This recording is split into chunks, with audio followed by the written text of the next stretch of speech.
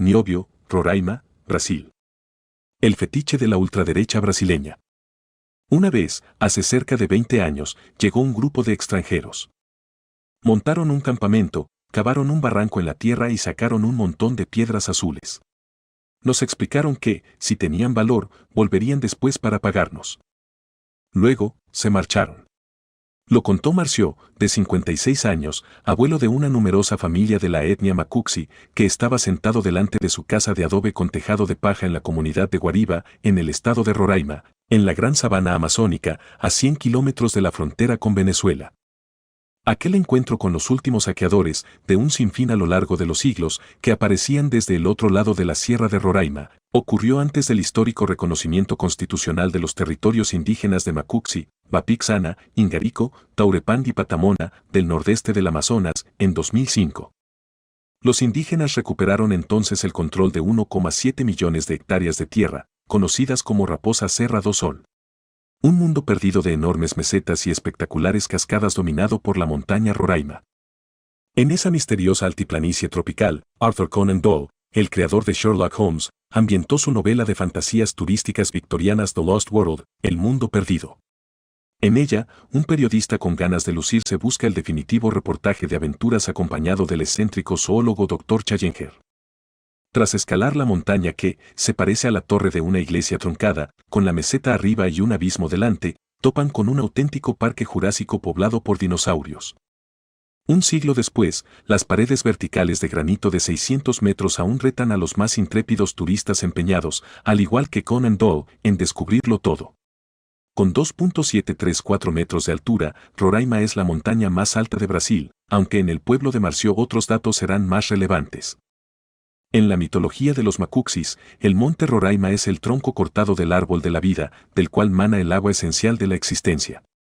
La llamada demarcación de Raposa Serra do Sol fue una de las victorias más importantes de las luchas de los pueblos indígenas de Brasil, porque, para conseguir el reconocimiento y la protección de sus tierras, los Macuxis y sus pueblos hermanos tuvieron que librar batallas campales contra los latifundistas arroceros que habían aprovechado esos mismos manantiales sagrados para cultivar el cereal oriental, así como contra los garimpeiros, mineros artesanales del oro, que buscaban desde su desesperación una quimérica fortuna en los ríos amazónicos. Pero la Constitución progresista, aprobada en 1988 tras la caída de la dictadura militar, apoyaba a los indígenas de Raposa. Al igual que el primer gobierno de Lula da Silva. Eran los tiempos en los que el indigenismo aún figuraba en el ideario de la izquierda brasileña. Desde entonces los 23.000 indígenas de la región habían estado relativamente protegidos de las actividades de la agroindustria y la minería brasileñas.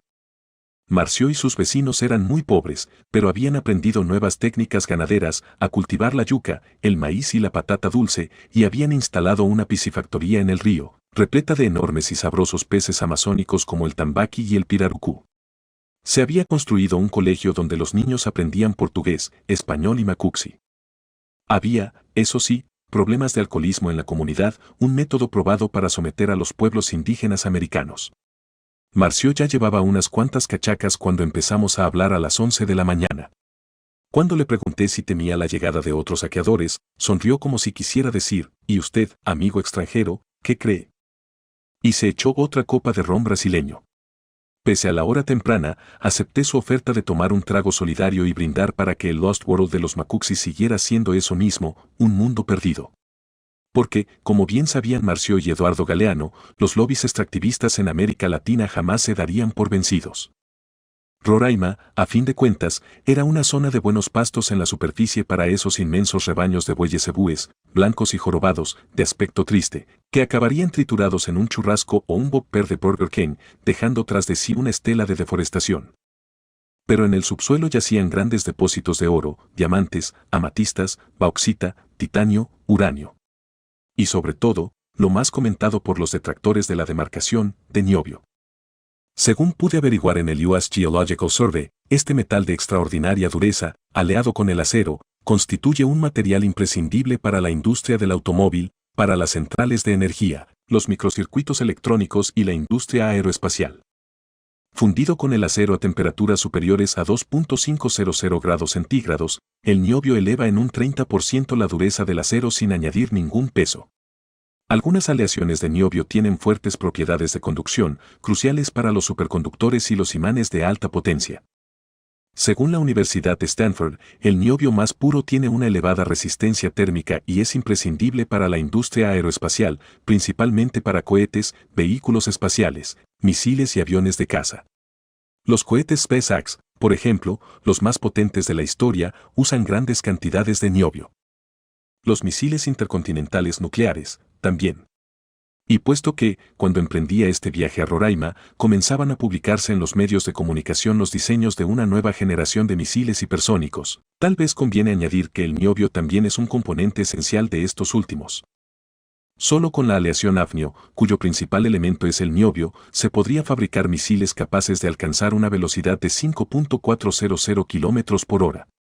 No se pueden fabricar aviones de guerra sin aluminio y no se puede fabricar aluminio sin bauxita, y Estados Unidos no tiene bauxita, escribió el joven Eduardo en Las Venas Abiertas. 50 años después, muchos pensaban que lo mismo valía para el niobio de Raposa Serra do Sol. En Brasil, que posee más del 80% de las reservas mundiales, había quienes consideraban el niobio un tesoro nacional desaprovechado. Algunos especulaban que el valor de los depósitos podía ascender a 22 billones, con B, de dólares, más que todo el PIB de la superpotencia estadounidense y 10 veces más que el de Brasil.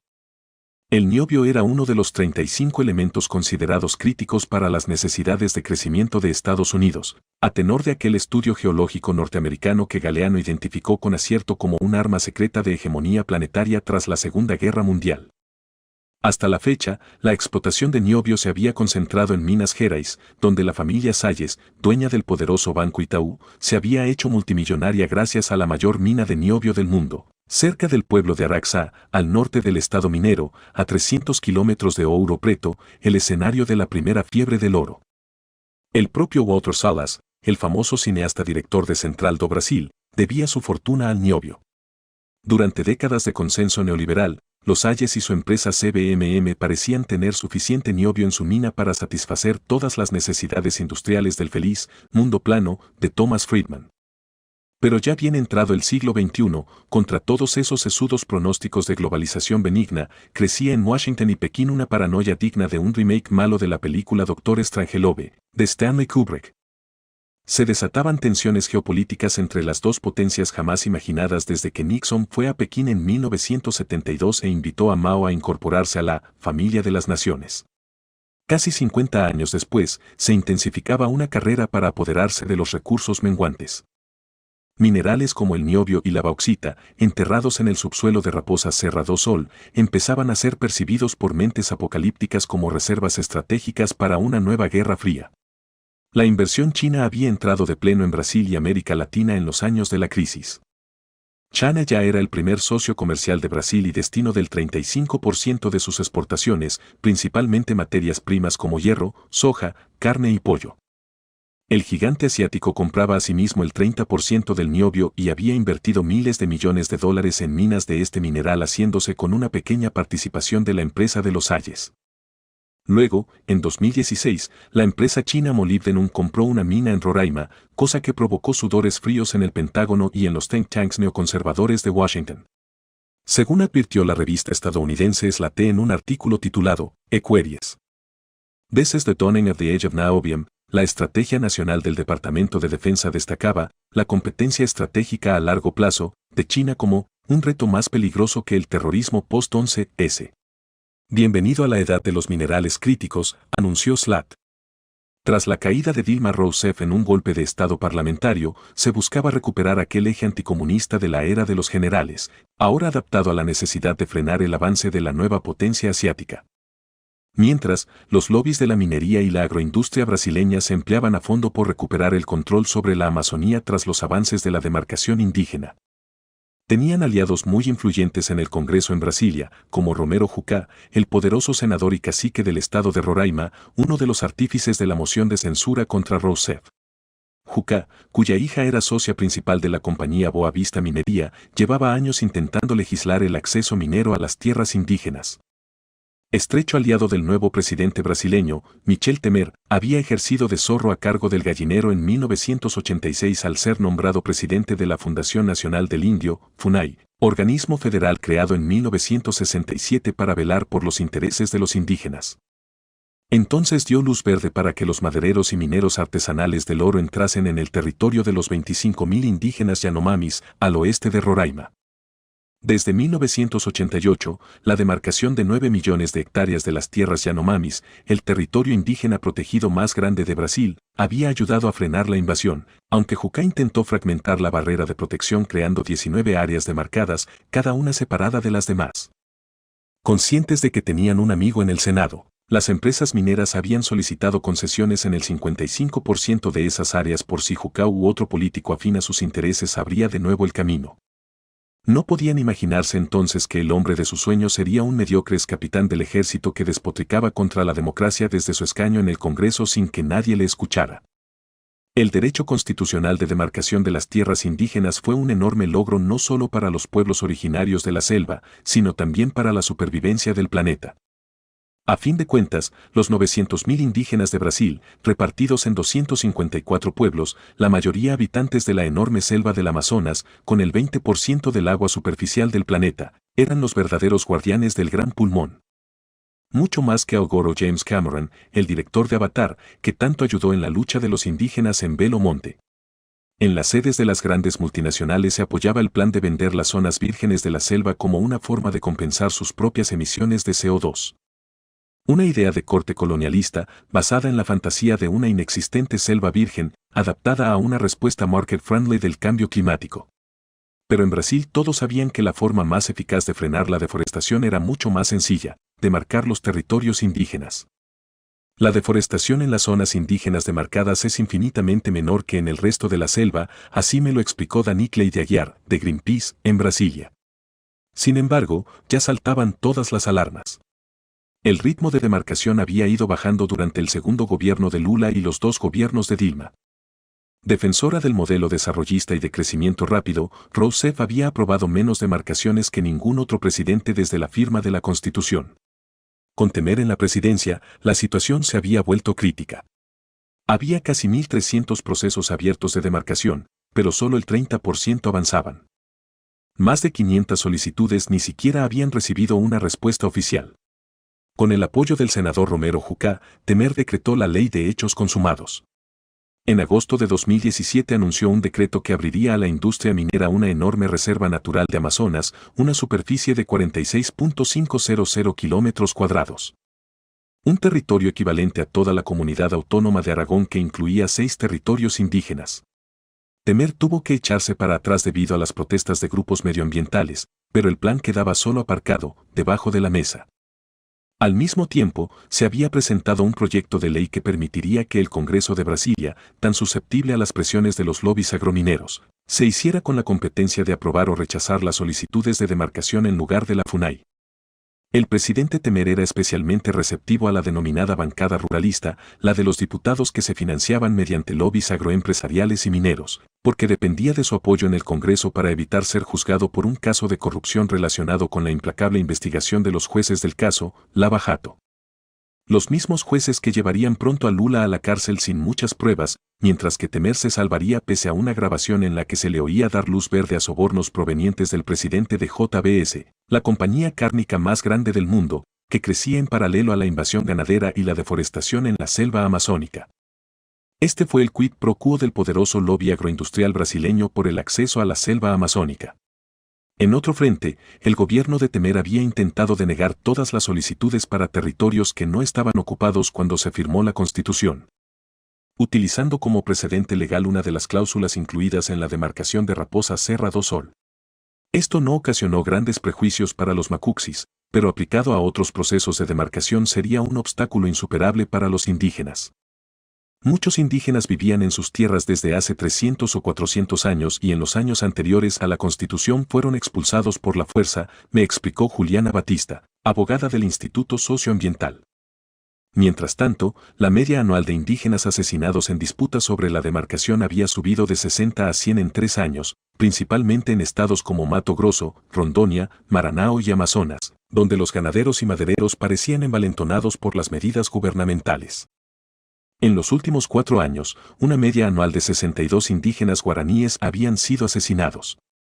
La preocupación crecía entre los grupos de defensa indígena en Raposa Serra do Sol. Pero lo peor estaba por venir. Si Temer y Romero habían vendido sus almas a la bancada ruralista para evitar ser engullidos por la investigación, Lava Jato, aquel exmilitar de la ultraderecha, mostraba una verdadera pasión por abrir las puertas de la Amazonía a los saqueadores de piedras preciosas, metales resistentes y granos de soja. Jair Bolsonaro, racista y misógino hasta un punto que incomodó al propio Donald Trump, era un enemigo implacable de la demarcación. Su relación con la madre tierra de los indígenas tal vez se resuma en esta frase que escupió a una congresista de izquierdas: ni merece la pena violarte. Solo que la selva de los Macuxis en Raposa Serra do Sol sí que merecía la pena. Al fin y al cabo, estaban en juego piedras lustrosas, metales indestructibles y beneficios mineros por millones de dólares. El exmilitar había recibido asesoramiento del lobby Miami, Washington, concretamente de Marco Rubio, el senador neoconservador que se estaba haciendo con el control de la política latinoamericana de Donald Trump. Rubio, que se reunió con Bolsonaro en Florida durante la campaña electoral brasileña de 2018, se mostraba cada vez más preocupado por la presencia china en América Latina. Ese mismo año, en la octava cumbre de las Américas en Lima, ya advirtió que Estados Unidos vería con malos ojos a cualquier país que diera entrada libre a empresas chinas en sectores estratégicos. Rubio buscaba reservas de las llamadas tierras raras, elementos minerales clave para las nuevas tecnologías cuyas principales reservas, para la profunda frustración del senador de origen cubano, se situaban en China. La preocupación de la administración Trump respecto a la presencia china en América Latina fue tal que el asesor de seguridad nacional, el bigotudo halcón John Bolton, ya advertía de que no nos importa nada hablar de una nueva doctrina Monroe. Se refería a la estrategia decimonónica de la emergente potencia estadounidense, ideada por el entonces presidente James Monroe, 1817-1825, de actuar militarmente contra sus rivales coloniales en el patio trasero. Bolsonaro era adicto a teorías sinólogas aún más disparatadas que las de Rubio o Bolton, las de Olavo de Carvalho, el gurú ultraconservador que, como descubrimos en el capítulo anterior, abandonó sus orígenes paulistas para convertirse en un auténtico virginiano. Para que los chinos no se hicieran con toda la riqueza de Roraima, había que abrir las concesiones y dar preferencia a los extractivistas de Brasil. O, en su defecto, a los extractivistas del mundo libre. No podemos entregar el niobio a un solo país. Esto tiene que ser nuestro, de una empresa brasileña, insistió Bolsonaro. Meses después, al nombrar a su propio hijo Eduardo embajador en Washington, anunció que Brasil buscaba socios en el primer mundo para explotar las riquezas de Raposa Serra do Sol. Por eso me estoy acercando a Estados Unidos, aclaró.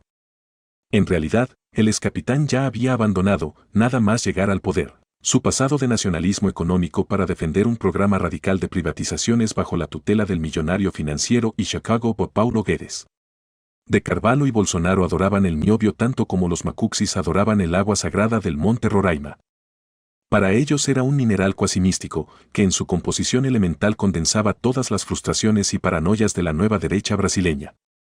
Una conspiración comunista, en alianza con las ONG medioambientales, había forzado a los patriotas brasileños a dejar ese tesoro en el subsuelo para contentar a unos indios atrasados o, lo que era peor, para regalárselo a los chinos. Los poderes secretos del elemento 41NB de la tabla periódica seducían a los admiradores del esotérico intelecto de Carvalho, que desde su laboratorio de ocurrencias delirantes aseguraba que el niobio daría una gran apreta a los brasileños. Por gran apreta se refería al mejor oro de Ouro Preto. Bolsonaro grabó un video durante una visita a Araxá, al inicio de su asalto al poder presidencial, en el que anunció los poderes del mineral más brasileño, pero olvidado por las élites del marxismo cultural. El niobio es un tabú, pero yo no tengo nada que esconder, sentenció, dejando caer otra de las teorías conspiratorias con las que alimentaba a sus bases. Brasil podría ser el país más próspero del mundo. Ustedes conocen Silicon Valley. Yo veo en el futuro de Brasil un valle de niobio, remachó, sin que nadie entre el público le advirtiera que en Silicon Valley no hay más silicio que en cualquier otra parte del mundo. En suma, que el niobio sería la solución para todos los problemas del maltrecho ciudadano brasileño. Solo hacía falta que les dejaran explotarlo. En sus diatribas contra los controles antiminería y la protección de la selva, Bolsonaro apelaba a las frustraciones de 1 millón de desesperados garimpeiros, héroes de la mitología brasileña del noble buscador de fortuna. Aunque lo cierto era que los pobres más desesperados no votaban a Bolsonaro. El niobio se convirtió en materia de portada de revistas como Superinteresante y de las recalentadas redes sociales bolsonaristas, atascadas de falsas noticias como las cloacas abiertas de Río de Janeiro. Los admiradores del excapitán, frustrados por cualquier cosa en el Brasil de la crisis, pero sobre todo por su propia incultura, se lo tragaban todo y se sumaron a la adoración del niobio, el mineral de los milagros, como el oro para los mormones, que Bolsonaro convirtió en la joya más cotizada de su incendiario discurso electoral. Por supuesto, para lograr el sueño había que recuperar para la minería los territorios de los macuxis y los yanomamis. Esas tierras tienen mucho niobio, que puede ser más importante que el petróleo, y las han demarcado. Están matando la economía de Roraima, denunció el candidato Bolsonaro durante una visita a Boa Vista, la capital del estado, a finales de la campaña. Y añadió, el indio no habla nuestro idioma, no tiene dinero, es un pobre desgraciado. Debe ser integrado en la sociedad, en lugar de criarse en un zoológico millonario. El discurso dio excelentes resultados en la segunda vuelta de las elecciones de octubre de 2018, que llevó a Bolsonaro a la presidencia en un terremoto político que hizo temblar el monte Roraima. El excapitán arrasó en el estado de Raposa Serra do Sol y dispuso inmediatamente los preparativos para la segunda batalla contra los macuxis en nombre del niobio. El nuevo secretario de Minas, el almirante Bento Albuquerque, anunció que se permitiría la entrada de las empresas mineras en tierras indígenas demarcadas como Raposa Serra do Sol, pese a que la Constitución de 1988 lo prohibía expresamente. Bolsonaro compareció en televisión con algunos grupos de indígenas de otras partes de Amazonía que habían aceptado la oferta de participar en las ganancias de la soja y la minería en sus tierras. Los indios quieren ser brasileños. Mantenerlos tal cual es una utopía, dijo el exgeneral Augusto Heleno, uno más de un puñado de militares en el gobierno, como si ser brasileño supusiera no ser indígena. Muy pronto Bolsonaro anunció que las competencias sobre la demarcación del territorio indígena pasarían al Ministerio de Agricultura, donde los lobbies de la agroindustria tenían la primera y la última palabra. El nuevo presidente del FUNAI, un militar nombrado por Bolsonaro semanas antes, dimitió tras acusar a un alto funcionario de este ministerio de salivar odio contra los indígenas, y fue sustituido por un alto mando de la Policía Federal que había solicitado medidas persecutorias contra los indígenas. Como era de prever, la deforestación en el Amazonas se disparó. Se destruía una superficie diaria equivalente a 3 campos de fútbol, más del doble que en años anteriores, conforme los madereros, mineros, ganaderos y agricultores se sintieron envalentonados y los indígenas intimidados. Se detectaron más de 30.000 incendios en el Amazonas a los 8 meses de la toma de posesión del exmilitar, el 60% más que en años anteriores, y enormes nubarrones de cenizas oscurecieron los cielos sobre Sao Paulo. Bolsonaro llegó a sugerir que las ONG y su maquiavélico donante Leonardo DiCaprio habían provocado los fuegos para poder atacar a su gobierno. Antes decían que yo era el capitán Motosierra. Ahora dicen que soy Nerón provocando el fuego, dijo el presidente.